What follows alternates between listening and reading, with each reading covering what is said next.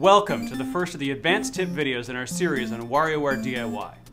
Now that the game is available and you hopefully had a chance to make your own games, we're going to take a bit of a different approach than the beginner and intermediate videos and talk more about tips and tricks than the how-to stuff we did for those.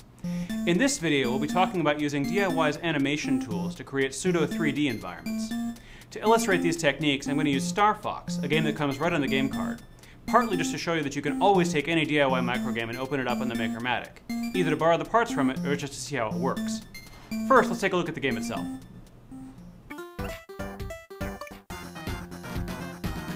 We have the R-wing and an enemy.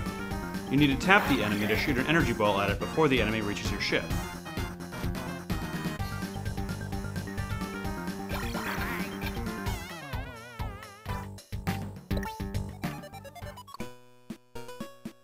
The energy ball uses a very simple trick to create depth. It starts large, and its art shows two smaller versions of the same thing to make it look like it's getting farther away. Since it's supposed to be going really fast, it does this in just 3 frames total. Next, the enemy is supposed to be getting closer, but it needs to do it gradually over the whole length of the game. So it actually has a 7-frame animation, which means it needs to use 2 different sets of art. It uses the trigger when art finishes playing to switch to the second one with the other 3 frames.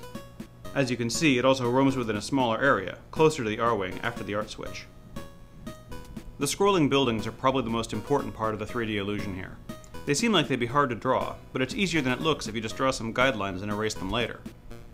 I'm going to show you how easy this is by making a simple variant of this game with trees instead of buildings. Since I want to make this look consistent across multiple cells of animation, I'm going to turn on the grid lines and use the R button to make my art snap to the grid. The L button works too. I'm also going to use a color for the guidelines that I won't be using in the real art, so it's easy to erase them later. With our guidelines in place, we can use the shape creator to make a series of green ovals, leaving room for the trunks of the trees below. Then in the next cell, we can shift our ovals out a little bit, and repeat that for the other 2 cells.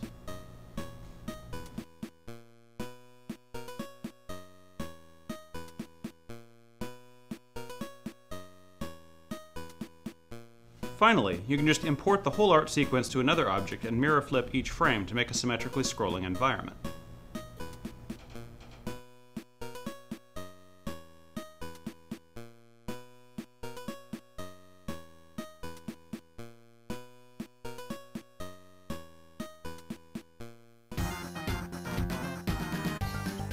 And there you have it, a Star Fox game that takes place on a forest planet. So those are a few tricks for using animation to add a little depth to your games. Have fun experimenting and finding your own techniques, and be sure to check out the other videos in our series.